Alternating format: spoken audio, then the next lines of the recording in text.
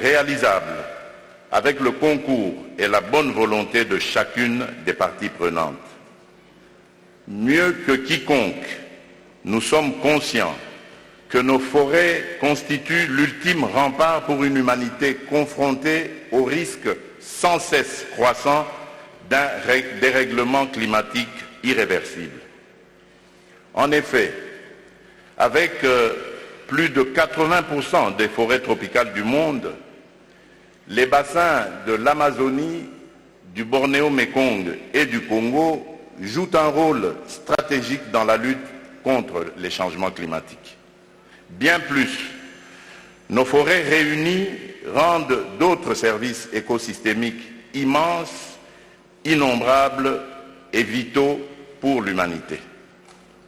Forts de ce rôle, nous devons désormais nous assurer que l'amélioration des conditions socio-économiques des communautés locales gardiennes de ces forêts figure au centre de l'agenda de la gouvernance mondiale et les services écosystémiques fournis par celles-ci valorisés à juste titre, tout en rendant hommage aux générations qui nous ont précédés et aux peuples autochtones pour leur contribution dans cette lutte. Ce sommet constitue une opportunité pour adresser les défis multiples auxquels ces populations sont confrontées, elles qui vivent de la forêt et dans la forêt. Il s'agira notamment de mettre en place une synergie d'action et des stratégies de coopération pour mieux préserver nos forêts, restaurer les écosystèmes et lutter efficacement contre la pauvreté en vue du bien-être de nos populations. Pour y parvenir, il nous faudra notamment plus de coopération technique et scientifique en vue du renforcement de nos capacités de lutte contre ce phénomène.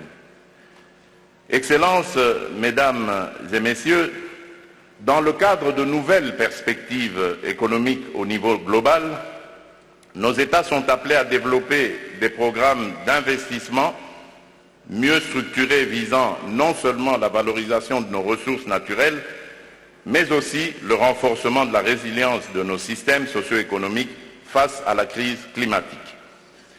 La République démocratique du Congo plaide pour la diversification des sources de financement climatique, entre autres le développement d'un marché de carbone juste et équitable, comme mécanisme de gestion durable, aussi bien dans les 3 bassins forestiers tropicaux que des autres massifs forestiers du monde. En effet, ce rôle stratégique que joue la République démocratique du Congo dans la lutte contre les changements climatiques n'est plus à démontrer.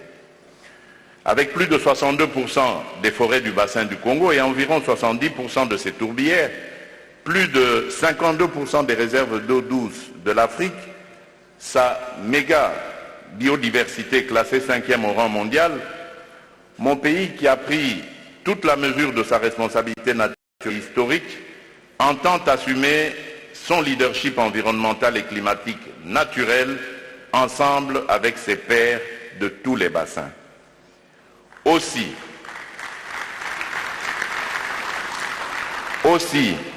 la République démocratique du Congo ambitionne de jouer un rôle majeur dans la transition écologique mondiale, car disposant des minerais et ressources énergétiques indispensables pour ce faire. De manière non exhaustive, je cite par exemple le cobalt avec plus de 70% des réserves mondiales, le coltan, le lithium ainsi qu'un énorme potentiel en énergie propre et renouvelable. Excellences, Mesdames et Messieurs, la République démocratique du Congo entend mobiliser les financements adéquats en vue de minimiser son empreinte carbone, ce qui permettra de moderniser nos systèmes d'exploitation forestière, agricole et minière. À cet effet, j'ai initié plusieurs réformes structurelles tendant au renforcement du cadre juridique et de gouvernance climatique dans mon pays. Ces réformes ont notamment pour but d'améliorer le climat des affaires, de structurer la mise en œuvre de notre contribution déterminée à l'échelle nationale et de faciliter la coopération et multilatérale irrelative, d'organiser le marché de carbone et d'en garantir la transparence et l'intégrité socio-environnementale. Pour nous, les efforts consentis pour la réduction des émissions et les moyens mobilisés pour renforcer notre résilience climatique constituent une véritable opportunité de croissance économique durable. Excellences, Monsieur Denis Sassou Nguesso, Président de la République du Congo, Excellences, Mesdames et Messieurs les chefs d'État et de gouvernement ainsi que les représentants des chefs d'État, Mesdames le secrétaire général des Nations Unies, ici représenté, Mesdames et Messieurs les chefs de délégation et chefs de représentation diplomatique, Mesdames et Messieurs, distingués invités, la République démocratique du Congo appelle à la collaboration effective entre les trois bassins qui représentent 80% des forêts tropicales mondiales et qui équilibrent le bilan carbone de la planète. Par conséquent, elle trouve légitime que l'affectation des ressources mobilisées actuelles et futures tienne compte de cette pondération. Ainsi, l'engagement et le partenariat des pays des 10 bassins forestiers devront permettre la définition des politiques communes et mutuellement avantageuses. Mesdames et Messieurs, avant de conclure mon propos, permettez-moi de réagir à la très brillante prestation de notre frère le président William Ruto, qui malheureusement s'est un petit peu déplacé, mais également de notre frère le président Brice Oligui, sur la nécessité d'être unis et les avantages qui en découlent. Je suis un panafricaniste convaincu.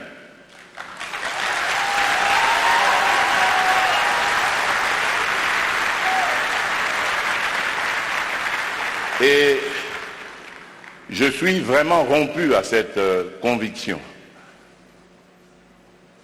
Et lorsque je suis devenu, c'est ça la preuve d'ailleurs, lorsque je suis devenu président de la République, il y a presque 5 ans maintenant,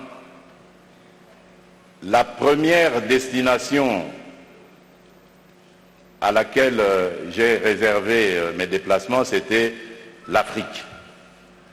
J'ai commencé par le Kenya, à l'époque du prédécesseur du président Ruto, puis je suis passé par l'Angola et je suis arrivé en République du Congo, chez notre aîné, puis j'ai fait le Rwanda et l'Ouganda, et depuis lors,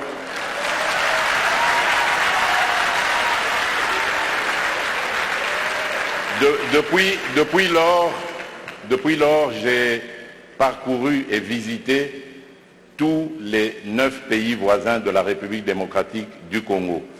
Il paraît que je suis le premier président à l'avoir fait. Qu'à cela ne tienne, mon but était de parler à tous mes interlocuteurs, mes pairs, de la nécessité que nous avons de vivre en paix, de vivre unis et de développer des projets qui vont être à l'avantage de nos populations respectives. Et je suis en mesure de vous donner, pour chaque pays que j'ai visité, chaque pays voisin, les projets sur lesquels nous avons commencé à parler, à nous organiser pour les développer. Donc c'est vous dire l'attachement que j'ai à la paix et à l'unité des peuples d'Afrique. Mais, car il y a un mais,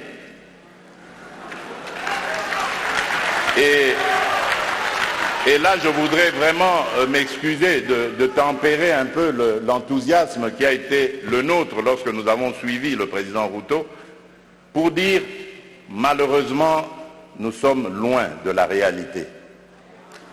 Parce qu'en ce moment, par exemple, où nous parlons de ce sujet très, très important, hyper important, la conservation de notre biodiversité, de nos forêts, il se passe actuellement dans le parc de Virunga une des réserves naturelles les plus importantes au monde, en forêt et en biodiversité, un activisme armé qui met à mal cet écosystème,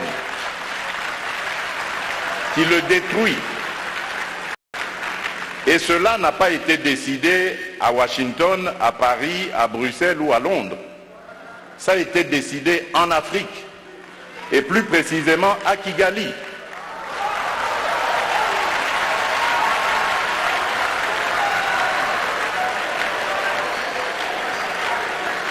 C'est l'œuvre d'un frère africain. C'est pour vous dire que nous devons bannir l'hypocrisie qui est entre nous.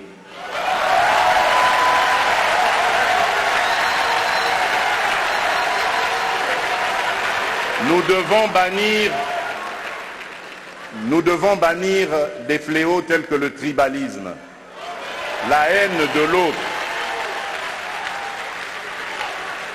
Et c'est là, je crois, que nous pourrions parler d'abattre nos barrières, d'effacer les tarifs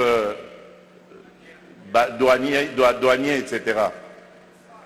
Tout simplement parce que, malgré nos engagements, rappelez-vous, à l'Union africaine, l'horizon 2020 était l'objectif pour faire taire les armes en Afrique.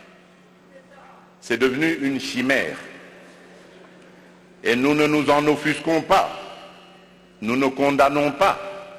Et tant que ce sera comme ça, il faudra oublier toutes les bonnes initiatives telles que celles préconisées par le président Ruto. Nous devons avoir le courage de nous regarder entre Africains, les yeux dans les yeux.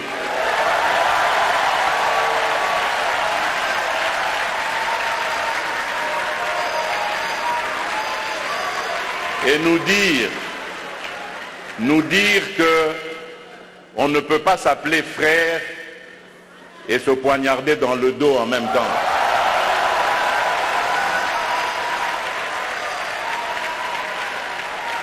Nous devons arrêter de rejeter nos responsabilités sur les étrangers non africains. La colonisation, ça fait une soixantaine d'années qu'elle allait terminer en Afrique. Ceux qui nous avaient colonisés, divisés, aujourd'hui ils ont compris le sens de la paix. J'en veux pour preuve la France et l'Allemagne, pour ne citer que ces deux pays, qui étaient les meilleurs ennemis dans le passé et qui sont les meilleurs amis aujourd'hui, le moteur de l'Union européenne. Tant que nous ne réfléchirons pas comme ça, eh bien ces gens-là, ces amis, ces partenaires à qui nous rejetons toujours la faute, ils continueront à nous prendre pour des irresponsables, ils ne nous respecteront jamais.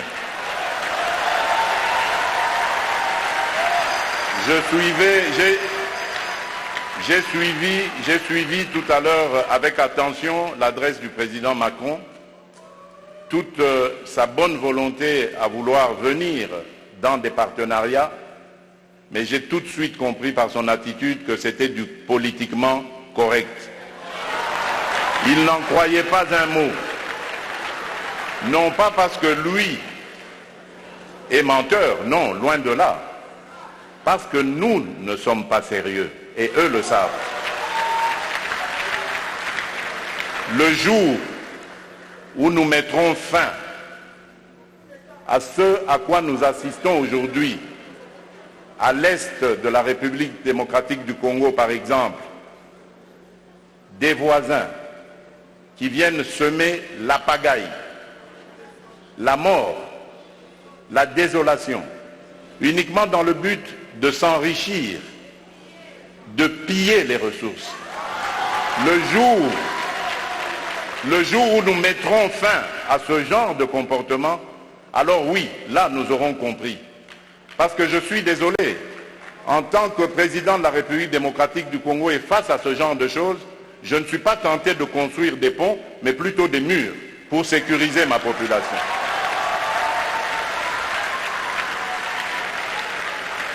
Et donc, pour clore mon propos et aussi le petit écart que j'avais fait de mon discours, je formule le vœu que les assises de Brazzaville lancent un nouveau départ pour la gestion durable de nos forêts, l'amélioration des conditions socio-économiques de nos populations et une meilleure protection de la planète. Je vous remercie.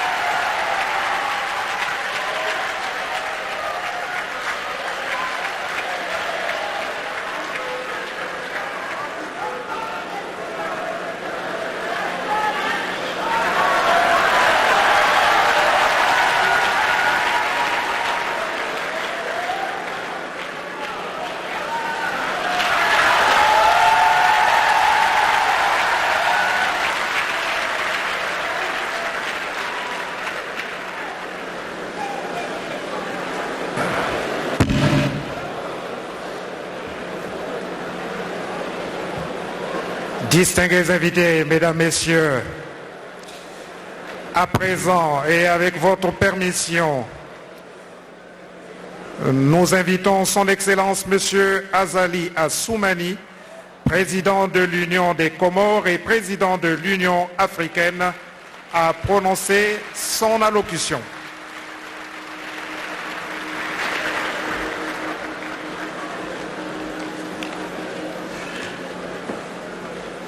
Excellences, Monsieur Denis Sassou Nguesso, Président de la République du Congo, Président de la Commission Climat du Bassin du Congo et chers frères, Excellences, Monsieur le Président de la République démocratique du Congo, cher frère Antoine Félix Tshisekedi, Excellences, Monsieur le Président de la République fédérale du Brésil, Monsieur Lula, Excellences, Monsieur le Président de la République d'Indonésie, Excellences, chers frères, Monsieur Moussa Faki, Président de la Commission de l'Union africaine, Excellences, mes chères très premières dames, Messieurs les premiers hommes, chefs d'État et du gouvernement, distingués invités, mesdames et messieurs, assalamu alaikum wa rahmatullahi wa barakatuh.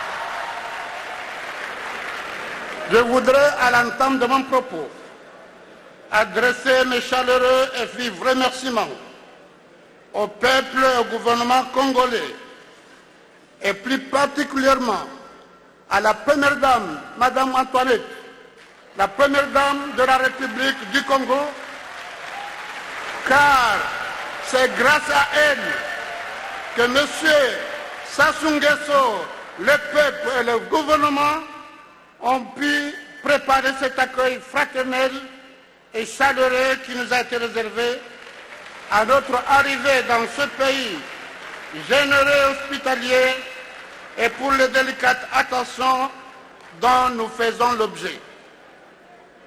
Nous sommes ici